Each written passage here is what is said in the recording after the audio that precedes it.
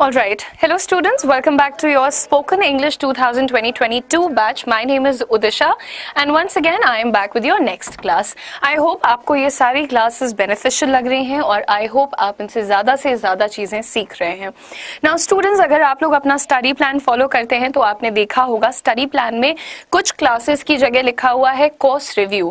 Course review वो days हुआ करेंगे जब मैं आप लोगों के साथ live जुड़ूंगी ताकि मैं आप लोगों की सारी queries, doubts, questions, इनफैक्ट अगर आपके पास कोई फीडबैक है तो वो भी एक्सेप्ट कर सकूं और उस हिसाब से आपके बैच को और बेटर बना सकूं.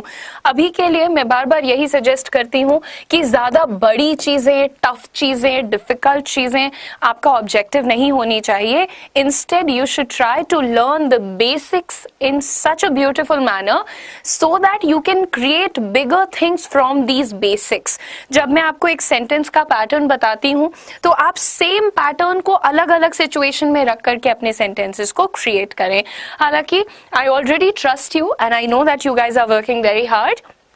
तो आज शुरू करते हैं आपकी क्लास नंबर 8. क्लास नंबर 8 में हम डिस्कस करने वाले हैं कुछ ऐसी वोकैबुलरी जो कि आप डेली लाइफ में यूज करते हैं या कर सकते हैं. इन्हें हम प्रोनाउंस कैसे करते हैं ये भी देखेंगे, इन्हें सेंटेंस में कैसे यूज करते हैं ये भी देखेंगे. जितने भी स्टूडेंट्स यहाँ मेरे पास हैं, अगर उन्हें ये बैच अच्छा लग रहा है, ये क्लासेस अच्छी लग रही हैं तो आई होप आप अपने बाकी जान पहचान के लोगों को भी इस बैच के बारे में बताएंगे. Let's move on guys and see your first word. हमारा पहला वर्ड है आत्मा. इन हिंदी हम अ लॉट ऑफ टाइम्स कहते हैं कि अरे यार वो बंदा अंदर से बहुत अच्छा है, उसकी आत्मा बहुत अच्छी है, साफ है.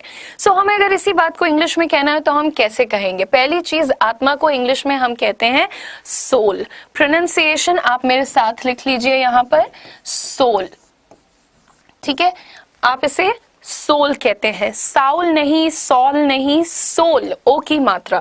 अब यहाँ पर अपना सेंटेंस देखिएगा, she has a pure soul, यानी कि वो अंदर से बहुत अच्छी है या फिर वो मन की बहुत अच्छी है. इसी चीज को हम इंग्लिश में कहते हैं she has a pure soul. मैंने यहाँ पर हिंदी नहीं हिंग्लिश लिखा है so that my students from different regions can also read it. उसकी आत्मा शुद्ध है यानी वो मन की साफ है, वो अंदर से साफ है, प्यारी है, क्यूट है, जैसा भी आपको ठीक लगे, है ना. अब ये तो आपने एक देखा. नेक्स्ट वर्ड यहाँ पर कह रहा है उत्सुक या उतावला. जैसे आप लोग अपने वीडियोस का इंतजार करते हैं और आप लोग इसके लिए बहुत ज्यादा उत्सुक होते हैं, यानी आपके अंदर बहुत ज्यादा उत्साह होता है किसी चीज को लेकर के, राइट. तो आप उसे इंग्लिश में क्या कह सकते हैं? आप कह सकते हैं ईगर.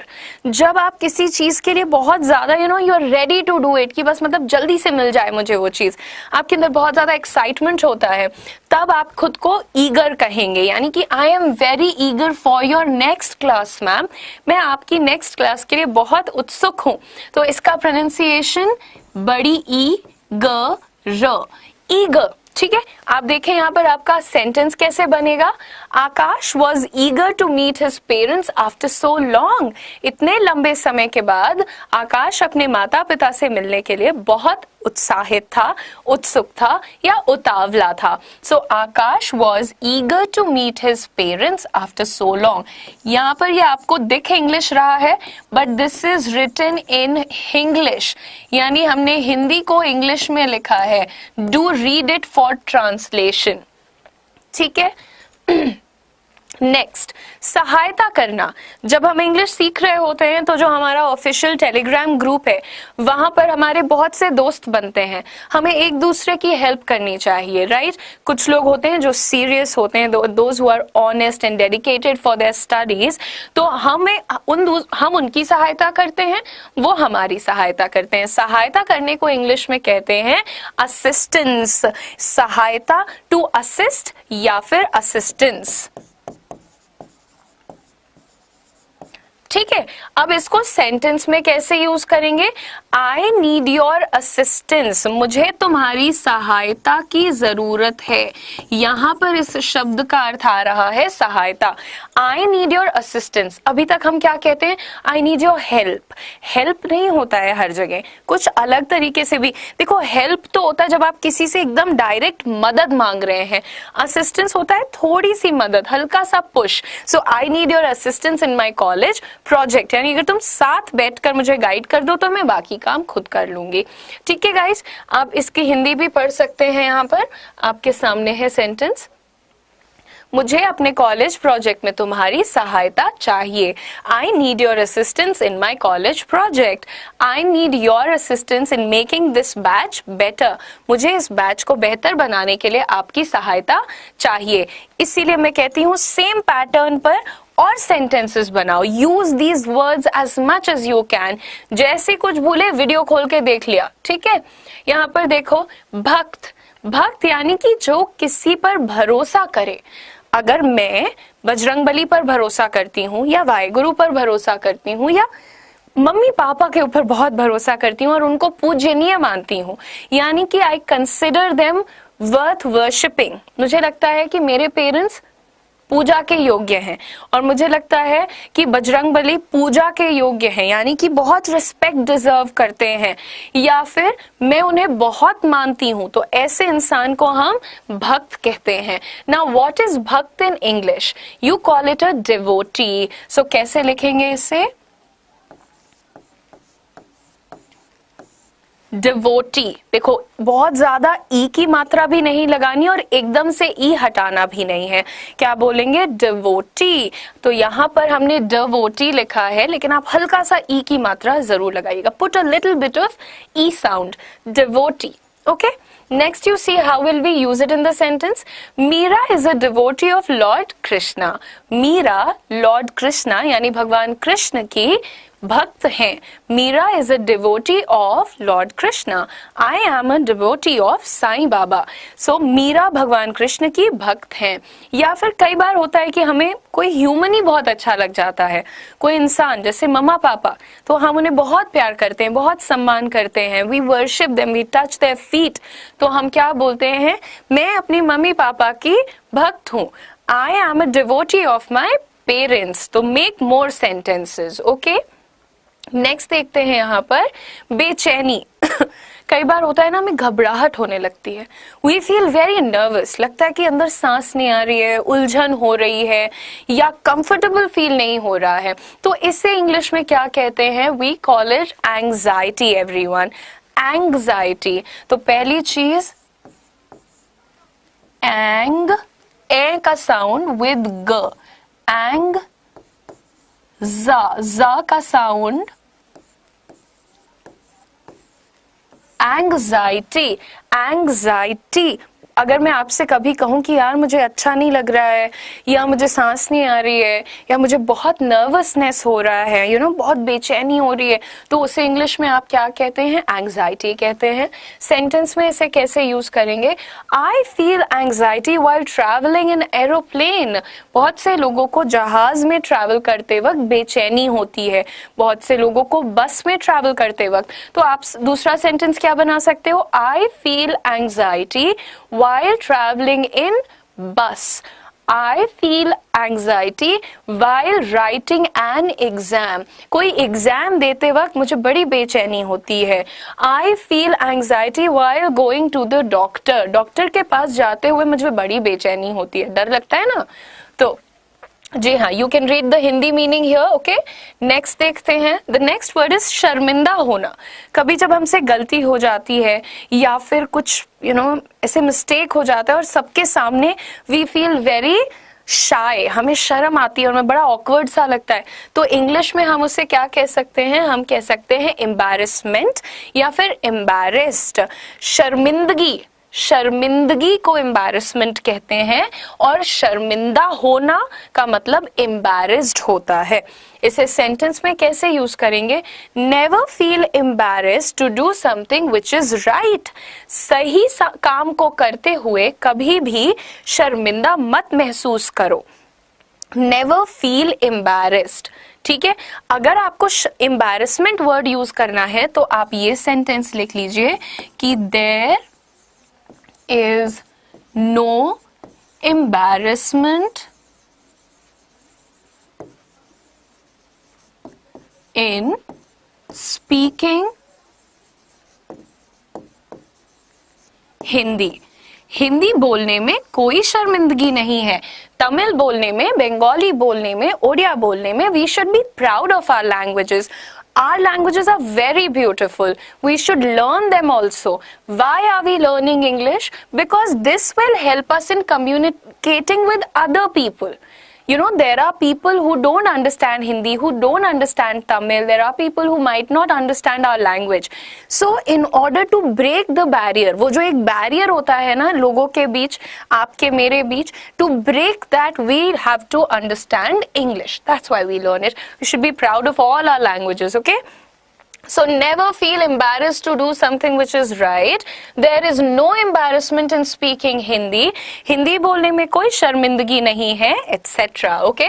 आगे देखते हैं, ये इसका हिंदी ट्रांसलेशन है. नेक्स्ट वर्ड इज सांस. अब देखो, सांस एक नाउन भी हो सकता है, यानी एक वस्तु तो नहीं, बट किसी चीज का नाम भी हो सकता है, और एक एक्शन भी हो सकता है. जैसे हम कहते हैं सांस लेना, तो यहाँ पर हम इसकी बात कर रहे हैं सांस लेना के सेंस में. अब देखें, इसका जो प्रोनाउंसिएशन है वो क्या होगा? ब्रीद. ब्रीद. बहुत से लोग इसे ब्रीथ बोलते हैं, breath, which is incorrect. This is जब आप इसे एक कार्य की तरह, एक एक्शन की तरह बताएंगे, you will say breathe. Okay guys, आपको बताते हैं यहाँ पर इसका sentence. He was breathing heavily after jogging. जब कोई रनिंग के लिए जाता है, भागने जाता है, सैर करने जाता है, तो फिर वो कैसे सांस लेते हैं? उनकी सांस थोड़ी तेज चलती है. सो उसे इंग्लिश में कहते हैं he was breathing heavily after jogging. और इसकी हिंदी क्या हो जाएगी? जॉगिंग करने के बाद वो लंबी सांसें ले रहा था. यानी कि भागने के बाद, जॉगिंग के बाद वो लंबी सांसें ले रहा था. ठीक है, I hope you are writing these. ले आओ.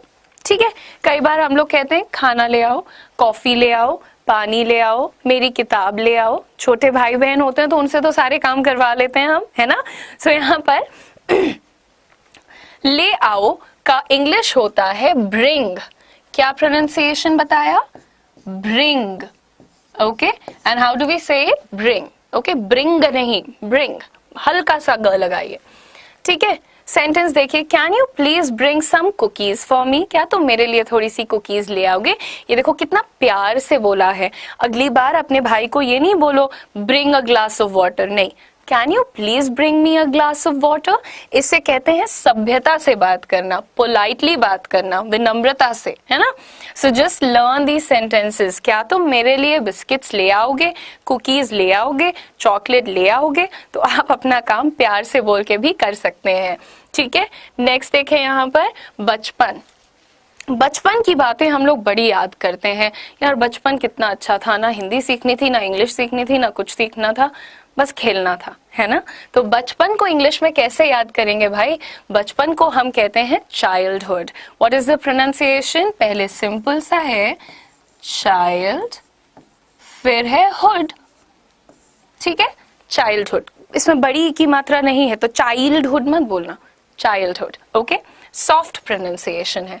आगे देखेंगे, Aman has been like this since his childhood. Aman तो बचपन से ही ऐसा है, अमन तो ऐसा ही रहा है अपने बचपन से. मॉम हम लोगों से कहती है ना, ये बचपन से जिद्दी है, ये बचपन से रोतलू है ना. So now that is how you will talk about childhood.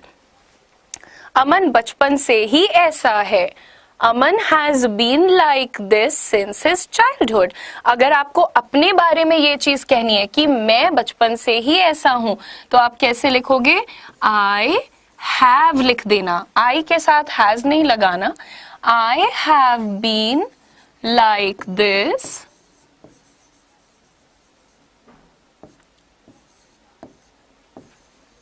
Since my childhood.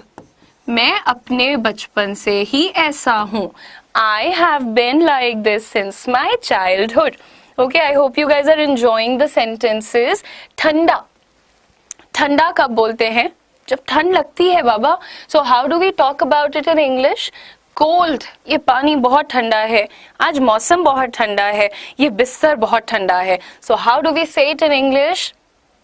A cold breeze was blowing hard outside. Blowing hard आपको देखिए नया सीखने को मिला. ठंडी हवा बाहर तेजी से चल रही थी। बाहर तेजी से चलना, ब्लोइंग हार्ड आउटसाइड, बाहर बहुत ठंडी हवाएं तेजी से चल रही थी। इन्होंने देखो तेजी नहीं लिखा है मैंने यहाँ पर हिंदी में, बट आप समझिएगा ब्लोइंग हार्ड का मतलब तेजी से चलना, तेजी से चलना, हवा का तेजी से चलना। बाहर बहुत ठंडी हवाएं चल रही हैं, या है नहीं, थी, वॉज लिखा है ना, तो यहाँ पर थी लिख रहे हैं हम। अगर है लिखोगे तो वॉज की जगह इज लगाना पड़ेगा। अब आप लोग खुद ये एरर्स देखा करिए, ठीक है, इसको बोलते हैं टेंस का एरर। नेक्स्ट सेंटेंस बेटा, गरम, जब ठंडे की बात कर लेते हो कि ठंडी हवा तो कोल्ड ब्रीज, अगर गरम की बात करनी है तो क्या बोलोगे, हॉट, ठीक है। The vessel was too hot to hold, vessel का मतलब बर्तन, कोई सा भी बर्तन, और इतना गर्म था कि उसे पकड़ा नहीं जा सकता था। ये टू होल्ड, बर्तन बहुत गर्म था। जब हम कह रहे हैं ना टू हॉट टू होल्ड, पकड़ने के लिए वो बहुत गर्म था, यानी उसे पकड़ा नहीं जा सकता था, बर्तन बहुत गर्म था, simple. The vessel was too hot बोल के आप खत्म भी कर सकते हो, टू होल्ड लगाने की जरूरत नहीं है। टू होल्ड का मतलब होता है पकड़ना, ठीक है, क्लियर। आश्चर्य, मुझे आश्चर्य होता है कि तुम लोग इतनी मेहनत कैसे करते हो। आश्चर्य को इंग्लिश में क्या कहते हैं, वंडर। वंडर, भाई मैं तो आश्चर्य करती हूँ ये बच्चे इतनी पढ़ाई कैसे करते हैं। So in English how will I say something like that, I wonder how he cleared all his exams. मुझे आश्चर्य होता है इसने सारे एग्जाम्स कैसे क्लियर कर लिए। हमारे घर में कुछ बच्चे होते हैं ना जो पढ़ाई भी सबसे कम करते हैं और बुद्धिमान भी सबसे ज्यादा होते हैं। So I wonder how he cleared all his exams. ऐसे तुम लोग बोलना, mummy I wonder how bhaiya got a job. मैं तो आश्चर्यचकित हूँ कि भैया को जॉब कैसे मिल गई, है ना। तो आप इस तरह से शैतानी में भी इंग्लिश में बात करिए, ठीक है। अजीब, यार बड़ी अजीब है वो, ओहो मेरा भाई बहुत अजीब है, ओहो छोटा भाई तो और भी अजीब है। तो ये अजीब शब्द जो है ना हमारी जिंदगी में, यार कैसी अजीब लाइफ हो गई है, ओहो आज खाना इतना अजीब क्यों बना है। सो अजीब शब्द we use it all the time. Now what do we call it in English students, weird. What is the अच्छा इसका भी प्रोनाउंसिएशन लिख लीजिए, वंडर। अब इसमें ना आर को प्रोनाउंस करना जरूरी नहीं है, आप सिर्फ वंडर बोल के रुक सकते हैं, वंडर ड, ठीक है। अब यहाँ पर क्या बोलेंगे, weird।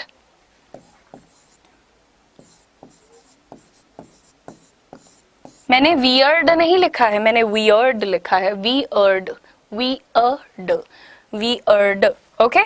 नेक्स्ट देखें, isn't she a bit weird, ये थोड़ी सी अजीब नहीं है। isn't she, वो लड़की थोड़ी अजीब नहीं है। isn't she a bit weird, bit का मतलब थोड़ी, isn't she a bit weird, ये थोड़ी सी अजीब नहीं है।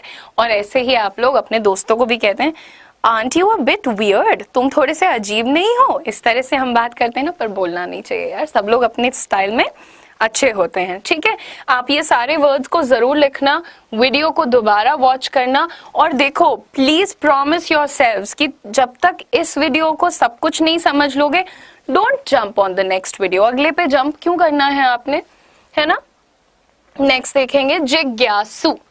हमें से बहुत सारे लोग ऐसे होते हैं जिन्हें सब चीजों को जानना होता है, मतलब वो कि यार ये ब्लैक कलर की चीज क्या है यहाँ पर, अरे वो दीवार में एक बड़ा सा होल क्यों है। So they have a lot of questions, उनको बहुत जिज्ञासा होती है चीजों को जानने की, एक अंदर से एक अग्रेशन होता है कि मुझे जानना है सब कुछ, है ना।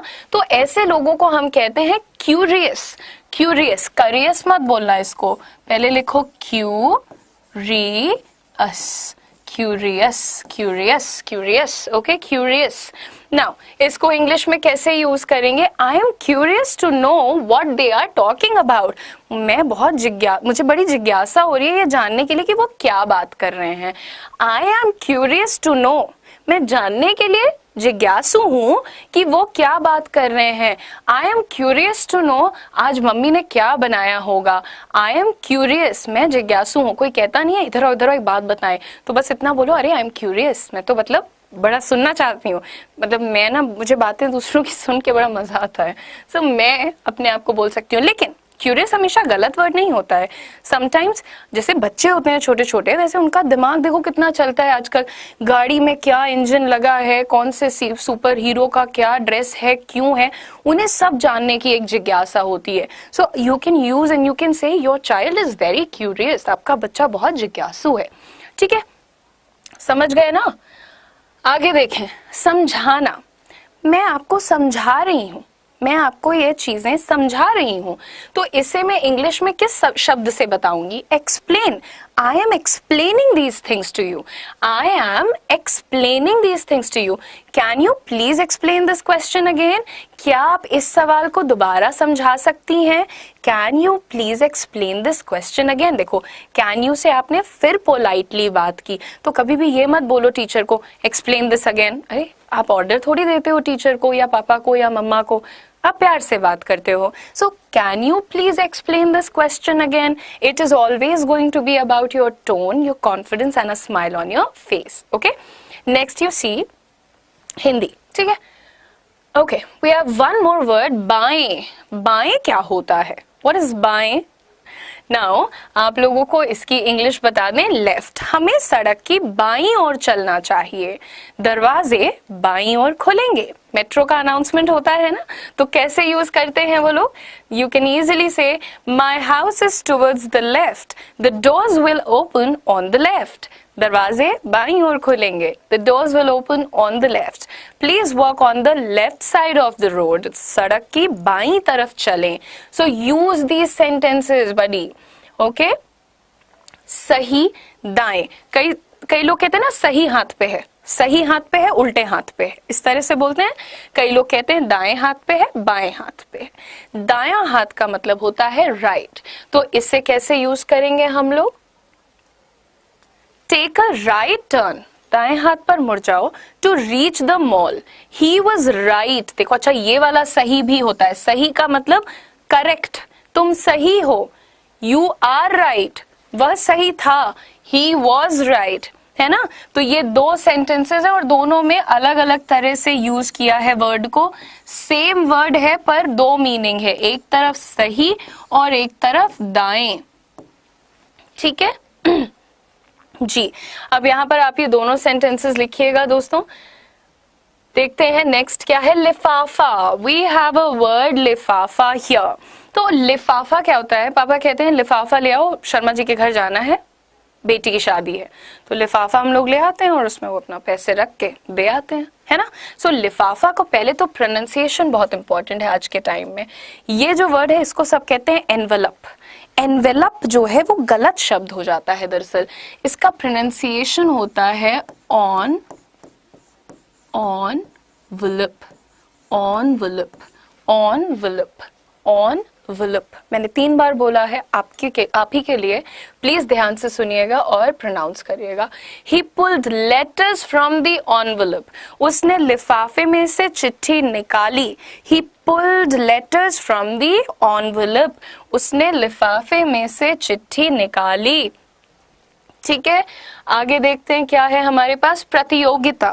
आप किस प्रतियोगिता की तैयारी कर रहे हैं? जी मैं कौन बनेगा करोड़पति की तैयारी कर रही हूँ। वेल ये तो बहुत ही अजीब एग्जाम्पल हो गया, बट प्रतियोगिता की इंग्लिश होती है कॉम्पिटिशन। बहुत सारे लोग कहते हैं कंपटीशन, कॉम्पिटिशन नहीं, द प्रोनाउंसिएशन इज कॉम्पिटिशन। क्या बोलेंगे इसको? पहले लिखेंगे कॉम्प, क्या लिखा? Competition, competition, competition. ठीक है, आप यहाँ पर हल्का ब्रेक लीजिए, competition, competition. Okay, that's how you have to say it. Sentence देखिए, she always takes part in art competitions. वो हमेशा कौन सी प्रतियोगिताओं में पार्ट लेती हैं? आर्ट कॉम्पिटिशंस में। She always takes part in art competitions. These are simple words, simple sentences, simple pronunciation. I want you to keep revising these things, guys. Okay? यहाँ पर नेक्स्ट वर्ड है धीरज। हम लोग कहते हैं थोड़ा सा शांत रहो, इतना मतलब परेशान क्यों हो रहे हो, अफरा तफरी क्यों फैलाई हुई है, you know we always say that. तो धीरज रखो, how do we say that? या सब्र रखो, how do we say that? हम सिर्फ कहते हैं पेशेंस, पेशेंस भाई बहुत इंपॉर्टेंट है। Have patience when trying to achieve your dreams, अपने सपनों को पाने की जब आप कोशिश कर रहे होते हैं ना, तो बहुत धीरज रखा करिए। कोई आपको जल्दबाजी करने की जरूरत नहीं है, ठीक है। कई बार समय भी लगता है, बट इसका मतलब ये नहीं है कि सपने सच नहीं होंगे। सारे सपने सच होते हैं। आप ही का तो दिमाग सपने देखता है और वही दिमाग आपका वो सपना पूरा करवाता है। Just believe in yourself. अपने सपनों को प्राप्त करने का प्रयास करते समय धैर्य रखें। Have patience when trying to achieve your dreams. Have patience, धैर्य रखें। Have patience when trying to achieve your dreams. Have patience when trying to teach English. अंग्रेजी पढ़ाते वक्त धैर्य रखें। तो अलग अलग जगहों पर आप हैव पेशेंस को यूज कर सकते हैं। नेक्स्ट सेंटेंस देखते हैं दोस्तों। टटोलना, जैसे अगर यहाँ की अभी लाइट बंद हो जाए तो मैं अपना फोन कैसे ढूंढूंगी, या मैं ये पेन मान लो ढूंढूंगी, तो कैसे ढूंढूंगी? मैं टटोलूंगी अंधेरे में। तो किसी भी चीज को टटोलना को इंग्लिश में हम बोलते हैं ग्रोप। प्रोनाउंसिएशन क्या है? ग्रोप, ठीक है। अब यहाँ पर जो सेंटेंस है उसमें कह रहे हैं she grouped around in her purse looking for her comb. उन्होंने अपनी बैग में टटोला। ऐसे हम बैग में लड़कियां बहुत कुछ रखती हैं, तो वो अपने हाथ से भाई उन्होंने टटोला इधर उधर कि मेरी कंघी कहाँ चली गई है। She grouped around in her purse looking for her comb. तो वह अपने पर्स को ये इंग्लिश वाला ही आप लिख लो, इससे अच्छा है, वरना आप स्पेलिंग गलत कर दोगे। ध्यान से स्पेलिंग देखो। वह अपने पर्स में इधर उधर टटोलती रही अपनी कंघी की तलाश में, ठीक है। अपनी कंघी की तलाश में वह पर्स को टटोलती रही। She grouped around in her purse looking for her comb. Okay, next देखते हैं। इस शब्द का भी आप यूज कर सकते हैं। और नेक्स्ट देखने से पहले आप लोगों को बता दें यहाँ पर कि ये आपका जो अगला लेक्चर होगा, यानी कि जो कल का आपका क्लास होगा, उसमें हम बात करेंगे फैमिली से रिलेटेड सेंटेंसेस और वोकैबुलरी की। एंड ये भी 25 मिनट्स का क्लास होगा। लेकिन इस क्लास को देखने से पहले आप इस वीडियो को अच्छे से देखिए, नोट्स बनाइए, start using the words. When you are confident about this lecture, then take up the next class. Okay everyone, thank you so much for joining me. I hope you guys are enjoying the classes. I'll see you tomorrow. Bye bye.